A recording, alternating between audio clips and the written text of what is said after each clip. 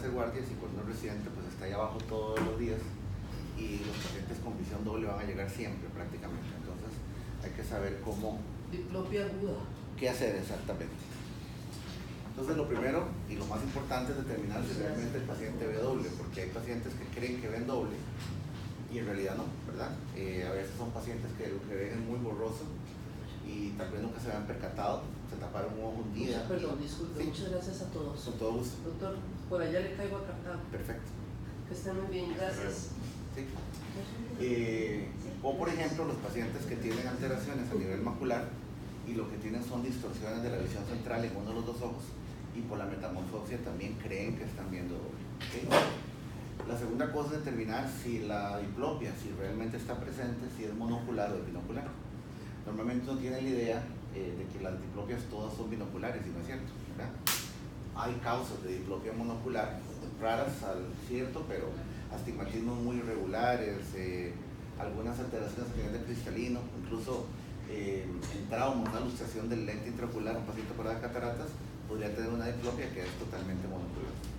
Y las binoculares, que son las que normalmente vemos, pues entonces claramente donde el paciente se tapa un ojo ya deja de ver doble.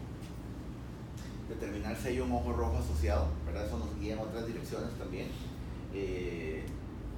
Si hay dolor o no hay dolor, si el paciente tiene debilidad muscular en alguna otra parte, porque recuerden que las diplopias a veces vienen acompañadas de tosis, y será que lo que tiene es miastenia el paciente de repente y no es algo a nivel de los pares craneales directamente. La enfermedad tiroidea, ¿verdad? Recuerden que la enfermedad tiroidea en general produce o puede producir proptosis y eso también les da cierta intolerancia. Entonces las causas monoculares pues son poco frecuentes, pero están, ¿verdad? Desde causas que uno piensa mucho o más fácilmente se imagina, como pensar en un lente dislocado, pensar en una irregularidad corneal muy importante que te produce un astigmatismo ahí feo, ¿verdad? Hasta cosas raras como las diplopias cerebrales, ¿verdad? Que uno normalmente no piensa en ellas y son pacientes que generalmente han tenido infartos en la zona occipital y entonces el problema es de interpretación a nivel del cerebro. Entonces, la segunda pregunta que se hace uno, bueno, la diplopia es vertical, es horizontal, es torsional.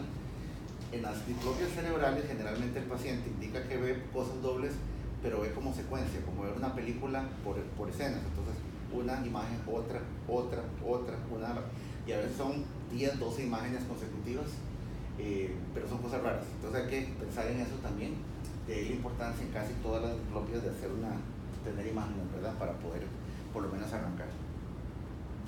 Y las binoculares, ya una vez que determinamos con claridad que sí, efectivamente es binocular, pues entonces hay que determinar uno, si es aguda, ¿verdad? Nos habrá pasado a todos en algún momento de un paciente estudiarlo y resulta que ha tenido estrabismo toda su vida, ¿verdad? Y uno preocupado por la visión doble y es que el ojo es ambliopia y el paciente en realidad tenía el ojo desviado desde siempre. Determinar si es por mal movimiento de los músculos, ¿verdad? Que sea de tipo parética o si hay restricción. De repente un proceso inflamatorio, en caso de una enfermedad de Graves, por ejemplo, puede producir fibrosis de los músculos y entonces limitar un poco el movimiento.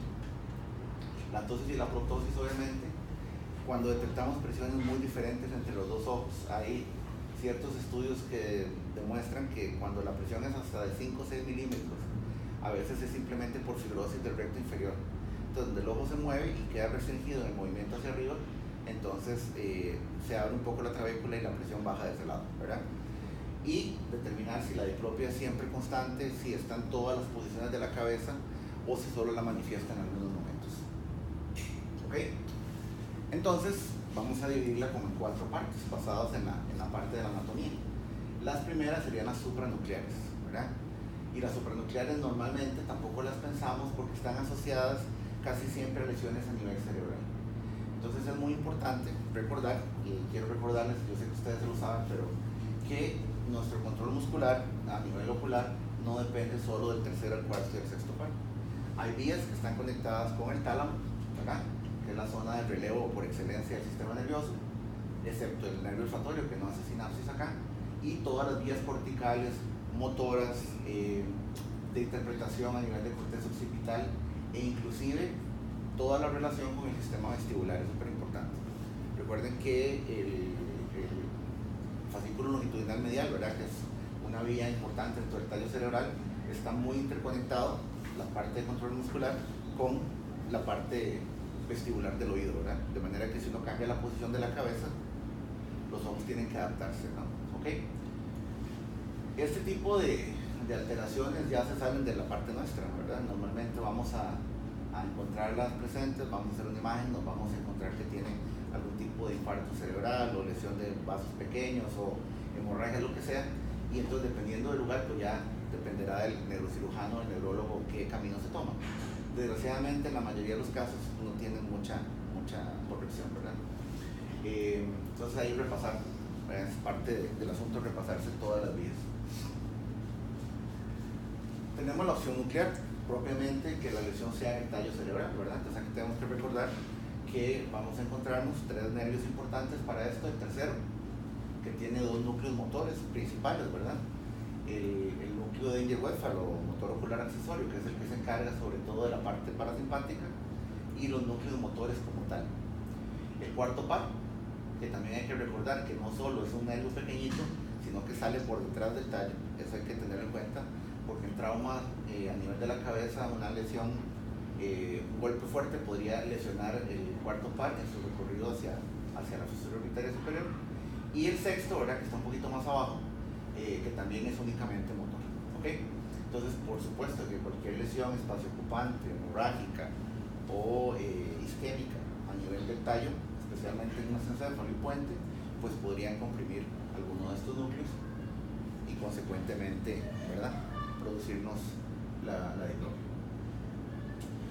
Y aquí volvemos a lo que se les hablaba ahora del fascículo longitudinal medial. Normalmente esos fascículos, cuando uno estudió esto en la universidad, cuesta mucho imaginárselo, ¿verdad? Porque uno le enseñan un montón de cortes y puntitos oscuros y hay que creerle al profesor que ahí va, ¿verdad?, el fascículo. Pero sí interconecta, como les decía, tálamo, de ahí hacia la corteza, con los núcleos vestibulares. Y aquí hay un ganglio, si ustedes se acuerdan, los ganglios del vestíbulo coclear, hay uno que se llama escarpa, que es básicamente el ganglio sensitivo de la parte vestibular. Él está conectado directamente, de manera que cuando usted, por ejemplo, hace un movimiento hacia un lado, la fijación se pueda mantener, o que uno pueda mantener los ojos viendo en un punto. Digamos, aquí estoy viendo a Nancy, ¿verdad? Y que si yo inclino la cabeza, mis ojos van a girar en la dirección contraria para poder estabilizarse, tanto monocularmente como binocularmente. Entonces, eso lo hacemos gracias a este sistema. Y recordar, muy importante, que de todas las referencias que recibe el sistema central a nivel de cada instante, casi el 20% vienen del aparato visual. Entendido no, como lo vemos siempre, como visión central, pero una vez se queda con que ve 20-20 y perfecto. Recuerden que aparato visual es estereosis, aparato visual es control de movimientos, aparato visual es movimientos conjugados, visión de profundidad, visión de colores, contraste, ver en condiciones mesópicas, ver en condiciones, o sea, realmente es un montón de sistemas interconectados y pues hay que tener claro las relaciones entre ellos. Ahora, normalmente los que nos van a llegar son los infranucleares, ¿verdad?, que son los que normalmente vamos a ver en emergencias. Entonces aquí recordando los recorridos, tercero, cuarto y sexto, estos son nervios pares craneales, ¿verdad? El tercero atraviesa, todos van a atravesar por la fisura orbitaria superior, ahora los vamos a ver, pasan hacia la cavidad orbitaria y de ahí, bueno, aquí está el ganglio ciliar, ¿verdad? Este es el tercero, el cuarto que va directo hacia el músculo oblicuo superior y el sexto par que, como sabemos, va directo al recto lateral, ¿verdad? Entonces hay que individualizarlos cada uno para poderlos entender, y ahí es donde nos vamos a concentrar. 2 detalles antes de hablar de cada uno. La pupila es súper importante. Entonces, si el paciente tiene compromiso pupilar, uno le quedó ahí en el subconsciente que tenía que ser quirúrgico porque había posibilidad de que hubiera una hemorragia intracraniana y un aneurisma roto. Eso es cierto. Y es principalmente porque las fibras autónomas viajan por la división inferior del oculomotor, pero están sobre todo en la parte externa. Entonces, una lesión compresiva principalmente va a afectar primero a la parte externa y luego la parte más interna. Pero no quiere decir que porque la pupila no esté afectada, no haya condiciones que pongan en riesgo la vida del paciente. Tan serio como una trombosis séptica del seno cavernoso, ¿verdad? El paciente con pupila normal tiene tos y tiene todas las características y de eso pone en riesgo su vida. Una arteritis temporal que le podría producir una ceguera contralateral, ¿verdad? De corte inmunológico. Entonces siempre importante ver el todo, ¿verdad? No porque los libros digan que nos vamos en una dirección o en la otra, excluimos la otra ruta. Con el cuarto par, que es el más difícil de entender normalmente, pues siempre pensamos en trauma, que como lo hemos dicho por el recorrido. Por supuesto que todas las lesiones vasculares, y muy importante que si es congénito y hay chicos que tienen en los dos ojos al mismo tiempo, a veces cuesta mucho determinarlo, pero aquí nos va a servir la cabeza, ¿verdad? Porque siempre hay una posición compensatoria que la tienen desde niños, a veces los han clasificado como tortícolis congénita desde hace, ¿verdad? Y te llega con 20 años el paciente con una visión doble que depende de la posición que tenga la cabeza. Y siempre el cajón que tenemos para cuando no entendemos las cosas, ¿verdad? Las enfermedades idiopáticas. Los sextos pares, que son los más frecuentes, casi siempre tienen que ver con problemas vasculares, de ahí que es importantísimo entonces también ver por ese lado. ¿Okay? Entonces vamos a hablar de los pares craneales. Primero el oculomotor. Recordar que el oculomotor es el tercer par craneal. Él se origina a nivel del mesencéfalo, y aquí hay algo que tener en cuenta con los núcleos, y por eso incluí esto. Los núcleos del oculomotor tienen cosas interesantes o raras, pero que se justifican cuando uno ya entiende el todo. Número uno, el núcleo de Engel-Westphal, que es el autónomo, pues obviamente está en el centro y funciona para los dos lados. Pero el núcleo, que está acá, es solo para el elevador y es unilateral. ¿Okay?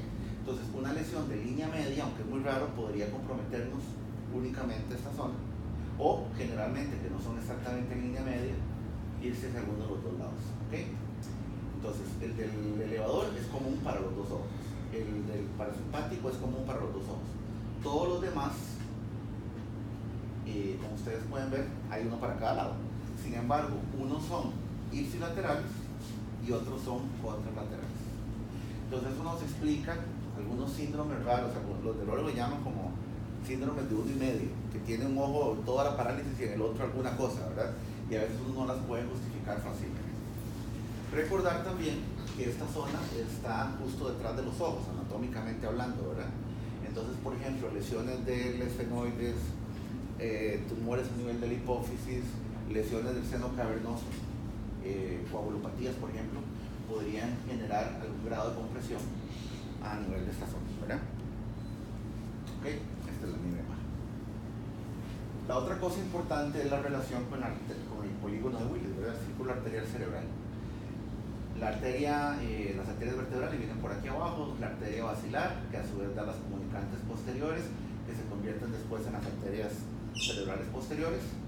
La comunicante es acá, cerebral media, y ya estas serían carótidas internas, y comunicantes anteriores como el puente. Los pares craneales emergen en relación directa, estos particularmente, con estas arterias. Entonces, un aneurisma en esta zona, por la razón que sea, ¿verdad?, podría producir fácilmente la compresión del nervio correspondiente y de esta manera entonces generar el problema.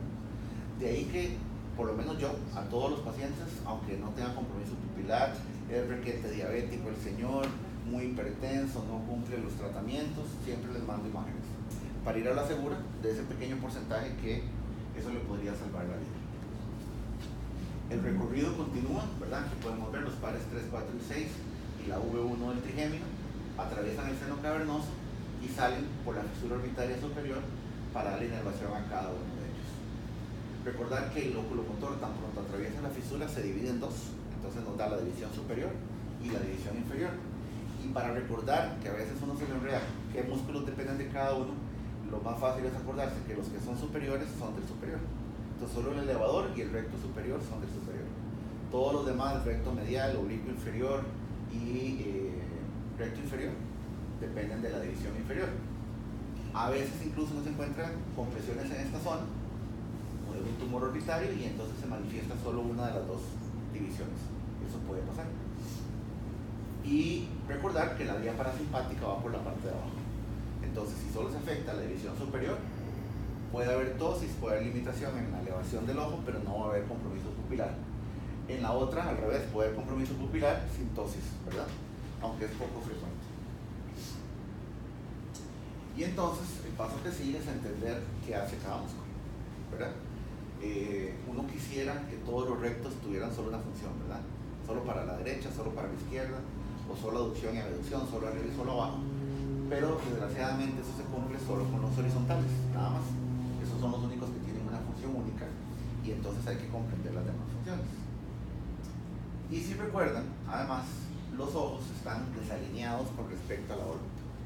Las paredes mediales de la órbita normalmente están prácticamente paralelas y las paredes laterales tienden a estar a 90 grados una de la otra.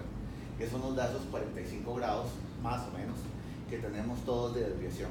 Si el globo ocular estuviera alineado con la línea media de la órbita, seríamos como Homero Simpson, ¿verdad? Que tiene los ojos ligeramente hacia afuera. Y ese pequeño grado de ajuste, que son más o menos 23 grados sobre el eje que corresponde, en este caso el eje vertical, tiene que darse a través de los músculos. Eso explica otras cosas. Cuando uno se tiene que aprender, ¿verdad?, para las clases de estrabismo, que el recto medial se inserta más cerca del limbo a 5.5 milímetros. Y ahí hay una, ¿verdad?, la espiral de Tilloy, que ahí van en orden. La razón principal es una cosa de pura física, ¿verdad? Las poleas, entre más adelante esté insertado, más fuerza va a tener para traccionar hacia atrás. ¿Cuál es el que tiene que tener más fuerza? El recto medial, que es el que tiene que desviar, ¿verdad?, desviar el ojo hacia la línea media para mantener la alineación, ¿verdad? Entonces, eso nos va dando la explicación de los porqués. En el caso de estos dos es muy fácil, ¿verdad? Los dos rectos horizontales los tenemos claros. El recto lateral mueve hacia abducción, el recto medial mueve hacia aducción. ¿Ok? Estos dos son sencillos. Luego tenemos los demás, ¿verdad? Entonces vienen los dos rectos verticales. Y los rectos verticales pues son el superior y el inferior.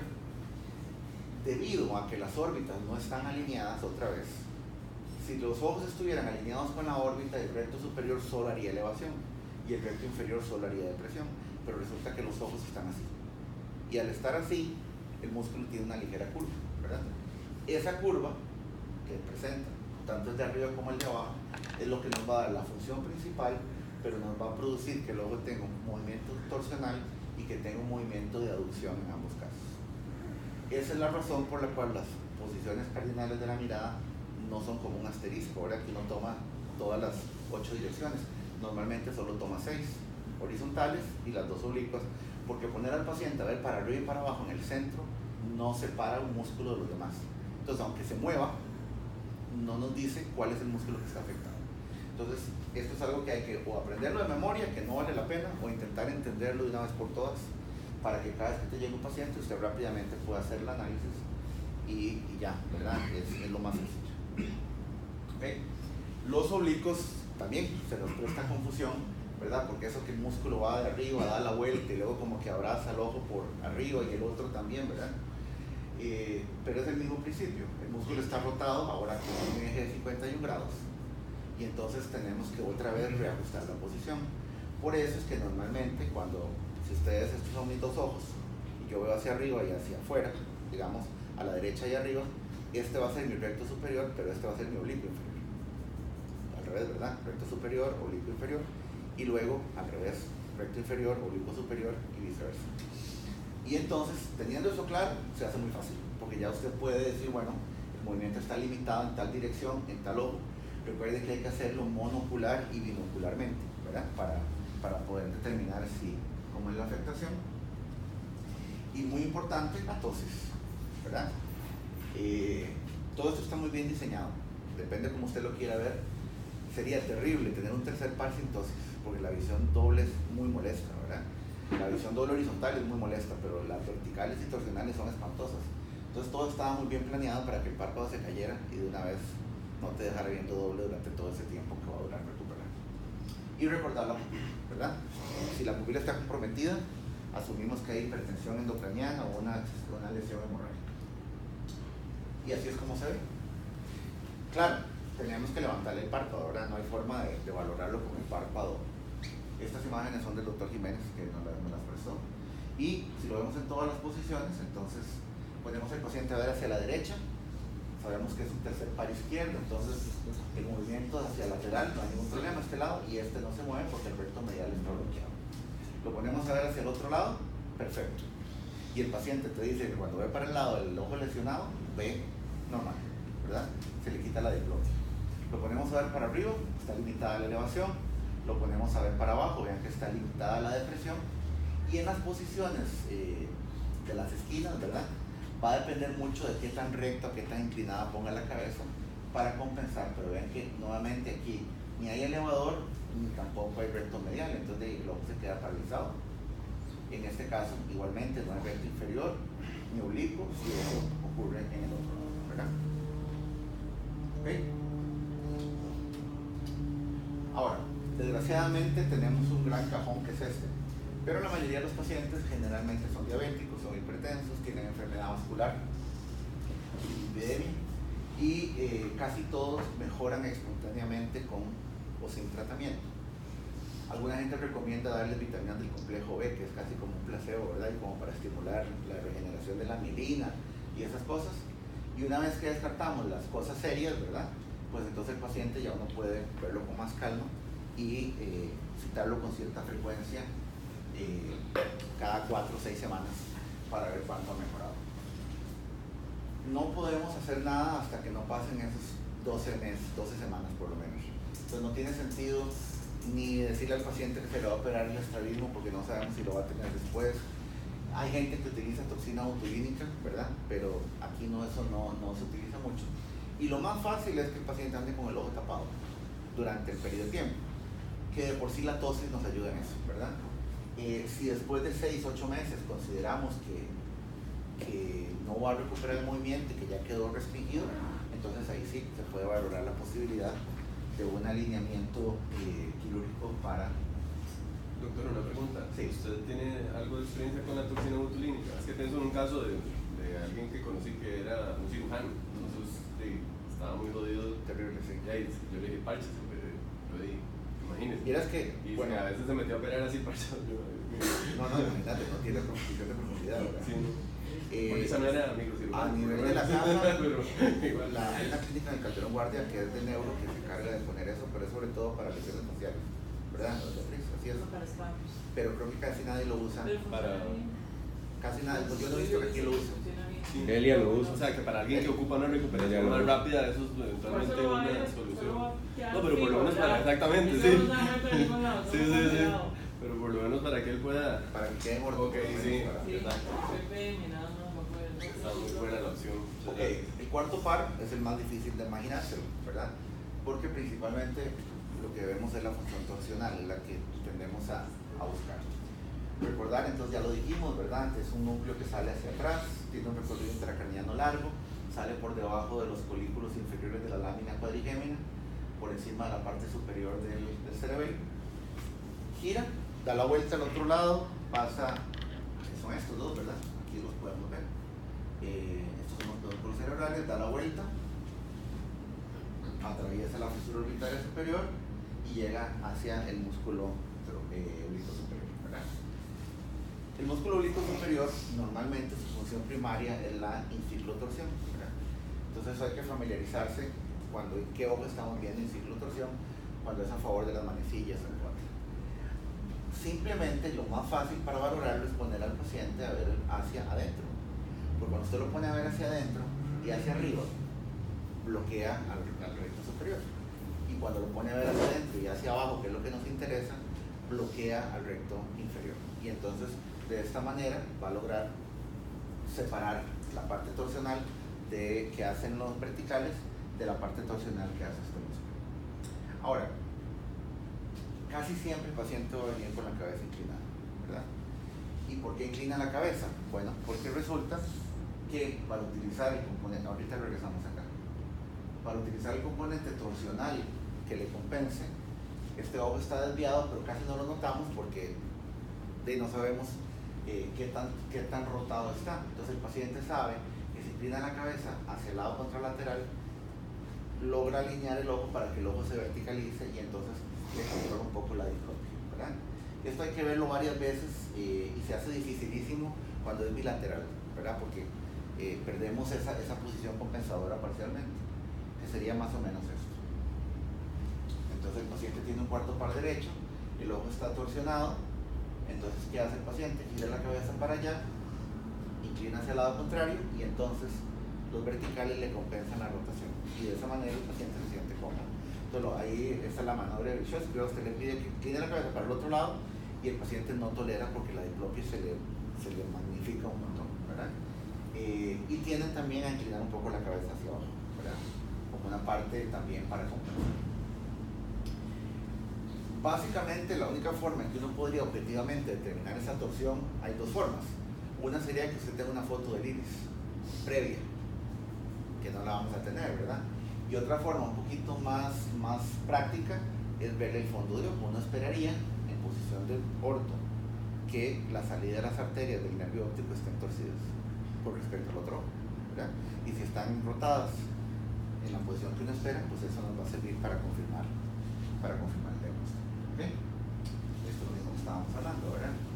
Un ojo rotado que empeora en la posición inclinando la cabeza al mismo lado y que mejora inclinando la cabeza en la dirección contraria. ¿Okay? Entonces esta misma foto que fue la que vimos ahora, vea que aquí prácticamente no se nota porque le está compensando inclinando hacia la izquierda, pero cuando inclina la cabeza al lado derecho notamos la desviación, ¿verdad? Entonces el ojo se va para arriba y empiezan a tener una visión vertical incomodísima para una diplopia vertical incomodísima. Normalmente la literatura dice, y es más o menos así, que usted puede tolerar hasta 6 dioptrías prismáticas de desviación horizontal y que el cerebro pelee por alinear la imagen, ¿verdad? Ya de ahí para adelante pues se le pondrá un prisma o algo, vemos qué hacemos.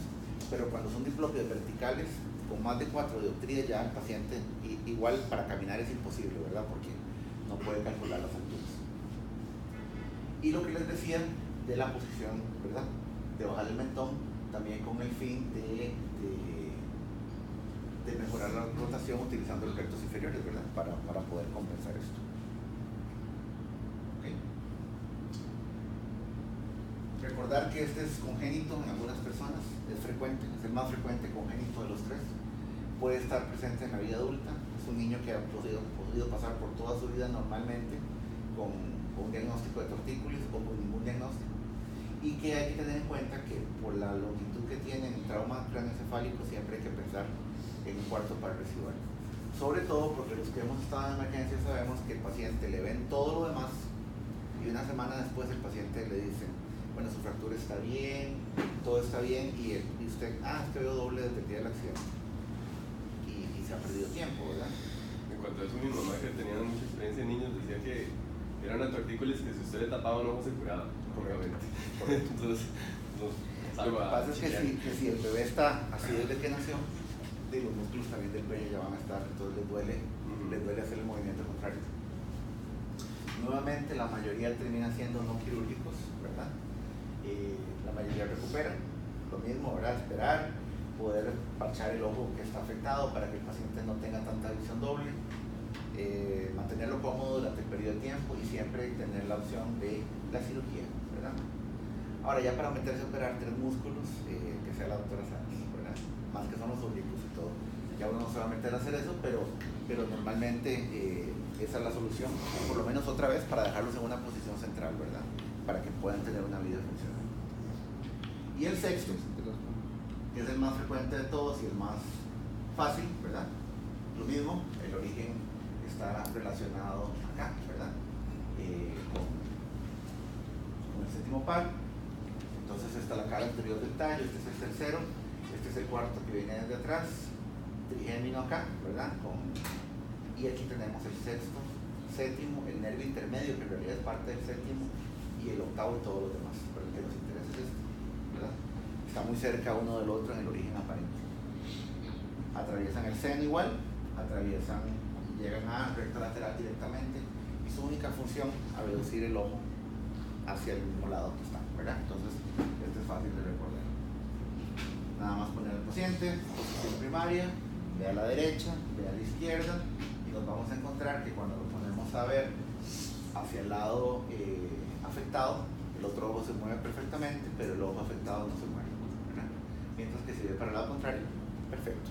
Que usted tiene algún tip para cuando más bien es una paresia y casi no se nota y uno no está muy seguro y el paciente refiere a la diplopia, pero usted le ve la excursión y no nota así gran cosa? Vieras que yo creo que con el tiempo uno se hace como mañoso, y no sé a ustedes les pasa que uno a veces van al supermercado y se queda viendo a alguien y dice, mira, tiene tiene un pterígio o tiene el ojo desviado y lo sabe, ¿verdad? También hay que tener en cuenta las características faciales, ¿verdad? Podría ser que tenga un ángulo capal y uno cree que tiene algo y no tiene nada. Y desgraciadamente, en cuanto a la diplopia, hay que confiar en lo que el paciente te dice. O sea, no puedes descartar si él dice que la tiene, que no la tiene, porque no hay una forma objetiva de determinar si es cierto o no es cierto. Bueno, y ante una duda razonable tenemos a los psiquiatras también, ¿verdad? Como una opción. Recordar que la mayoría van a ser vasculares. Y tratar de jugar con la función de la cabeza. Eso. En el centro, hay esos centros chiquititos, así. Luego lo llevas aquí y le haces un cover en esa posición y comparas con el otro lado y ahí a veces sí se nota un poquito donde queda un poquitito ahí. Lo que se hace son pequeñitos, ¿verdad? Sí, llevarlo al extremo para que los a veces los sextos pares también son más evidentes cuando usted pone al paciente a ver a distancia, porque si usted lo pone de cerca son los que necesita traducir, claro. Entonces ahí no se desenmascara la diplopia, pero cuando lo pones a ver de lejos, ahí sí necesita los rectos laterales para. Entonces hay pares que hay sextos que de cerca el paciente no ve, no tiene diplopia, pero lo pones a ver de largo y ahí sí más te dicen, no, es que es cuando veo de largo que veo doble. Y lo que decía Memo, como ver la cabeza. Ok, recordar que la hipertensión endocriniana idiopática existe, ¿verdad? Por supuesto que hay otros factores, uno pensaría es un diagnóstico de exclusión siempre, pero existe y tenemos que pensar que hasta un 30% de las hipertensiones endocrinianas pueden ser por esto. Por supuesto, recordando la epidemiología, ¿verdad? Generalmente van a ser mujeres jóvenes, entre 20 y 40 años, que tienen una obesidad importante. Y la hipertensión endocriniana idiopática, el tratamiento definitivo es perder peso, ¿verdad? Ahí se supone que si el paciente logra perder un 10% del peso corporal, la hipertensión se revierte. Eso para no tenerla tomando acetazolamina toda su vida, ¿verdad? Que es muy molesto para el paciente. Y en un TAC no se ve nada, ¿verdad? En un TAC no se ve nada. Tiene que ser por función lumbar para hacer el diagnóstico de exclusión cuando ya pasaste por todo lo demás. Nosotros normalmente como oftalmólogos no hacemos funciones lumbares, pero sería bueno que cuando estén en la guardia, si alguien va a hacer una, por lo menos familiarizarse, porque de repente te toque un hospital solo, Nicoya, estuviste vos, o Turrialba, no sé, que solo hay uno, y tal vez te va a tocar algún día hacer una función lumbar. Yo espero que no les toque nunca. ¿No los trata con acetazolamina? Sí, claro, ¿verdad? Pero hay que saber hacer el procedimiento, por lo menos. Recordar el asunto del nolinoma del acústico, porque por la salida que tiene el octavo par, muy cerca del sexto, vieron que estaba 6, 7, 8, lesiones a nivel de la base podrían producir esto, ¿verdad? Tumores en nasofaringe, obviamente por su recorrido intraóseo, el síndrome de Gran-Medigo, que es básicamente como una complicación de una mastoiditis, entonces tienen cambios a nivel del hueso temporal y pueden producir ahí alguna complicación. Las cosas raras, ¿verdad? Siempre las famosas enfermedades que te distraen o que te confunden, sífilis, Lyme, que se puede manifestar de muchas formas. Sospechar opciones, ¿verdad? Inmunológicas siempre es importante. Y en niños los gliomas del puente, que aunque no son muy frecuentes, pues son una causa. Otras cosas que hay que tener en cuenta, que son más frecuentes, la miastenia, ¿verdad? Recuerden que la miastenia puede parecerse a cualquier cosa y nos viene como un sexto un día y otro día nos viene como un tercero. Hay pruebas, yo no lo recomendaría ese test de hidrofonio porque se puede compensar, pero lo más fácil, si usted tiene duda de que puede hacer miastenia, es con hielo, ¿verdad? Un guante lleno de hielo y lo pone a reposar, se lo pone y eso tiende a mejorar rápidamente. Una parálisis de un par craneal no va a mejorar con hielo, ¿verdad? Si es eso. El Graves, que sabemos que por alguna razón el recto lateral casi nunca se fibrosa, solo el recto medial, entonces que sea algo paréntico, ¿verdad? Que el paciente no puede movilizar. Fracturas orbitales, el manejo actual de las fracturas de una única pared tiende a ser conservador, digamos, ya antes lo superaban más, ahora menos. Pero si el paciente tuvo un trauma, tiene una fractura de pared medial y resulta que, bueno, está estable, pero quedó atrapado el músculo, nos va a producir limitación del movimiento, ¿verdad? Miositis orbitaria, un poco menos frecuente. Cosas que ya tenga previamente, como un síndrome de Duane, ¿verdad? Que es la inervación aberrante entre el tercero y el sexto, o problemas de convergencia que el paciente tenga previo, ¿verdad? igual, la mayoría terminan siendo no quirúrgicos. Lo que queremos es eliminar la diplopia durante el tiempo que corresponda y después determinaremos si es necesaria la cirugía o un tratamiento con prismas para compensar lo que falta. Ok, esto podemos pasar. ¿Qué tenemos que hacer con cada paciente? Al final, ya para terminar. Bueno, una buena historia es súper importante, ¿verdad? No asumamos que porque ve doble todo lo demás está bien. No vamos a dilatarle solo el ojo que está afectado, ni hay que revisar todo. Eso nos puede orientar. La prueba con hidrofonio, que les digo que mejor no hacerla, ¿verdad? Por lo menos no nosotros. Siempre tener imágenes que nos documenten la no lesión espacio ocupante. Y esto es muy importante. A veces pasar a la familia o pedirle una foto nos dice que toda la familia tiene la cara igual y el paciente no tiene nada, ¿verdad? Simplemente que todos son así. Entonces hay que eso tener en cuenta, ¿verdad? En cuanto a laboratorios, pues hay que hacer varias cosas. Normalmente uno se queda solo con las imágenes, pero sí tenemos que pensar en las cosas inflamatorias, en las vasculitis y en las infecciosas, que a pesar de que son muy infrecuentes, están. Entonces, la forma de pensar en esto es váyase a lo más malo, que sería la lesión espacio-ocupante de la hemorragia. Determine que no la tiene y empieza a regresarse de lo más malo hacia que sea algo vascular isquémico que se va a recuperar. En algunos pacientes tenemos que pensar en la posibilidad de hacer un Doppler de carótidas o una geografía para determinar si por ahí viene el asunto y recordar que estos pacientes generalmente terminan siendo problemas isquémicos por diabetes, pero esto quiere decir que la diabetes está propagando bien, ¿verdad? Entonces hay que compensar eso. Y el líquido cefalorraquídeo, que es una opción que hay que tener en algunos casos. Y nada más. ¿Preguntas? Quiero comentar de los prismas, que generalmente, ¿verdad? Ya más allá de 5 o 6 dioptrías prismáticas, generalmente a la gente le da miedo meter el prisma, ¿verdad? Yo he tenido casos de hasta 10 y que los han tolerado bien, ¿verdad? Entonces que yo creo que no le tengan miedo hacer el intento, porque a veces son pacientes con un sexto y de que sabes, es diabético, ahí le va a durar ahí 4 meses con eso. Y son pacientes que con un prisma los pueden mantener bien y pueden seguir funcionando bastante bien. Recordar obviamente que el prisma lo dividimos, ¿verdad? O sea, no es que le van a zampar las 8 dioptrías al lente del ojo derecho, sino que dividimos 4 y 4, ¿verdad? Que eso, sé que puede ser un poquito obvio, pero uno al principio tal vez no lo sabe. Y sí, que yo creo que hasta 10 dioptrías uno podría hacerle el intento para ver si la persona lo tolera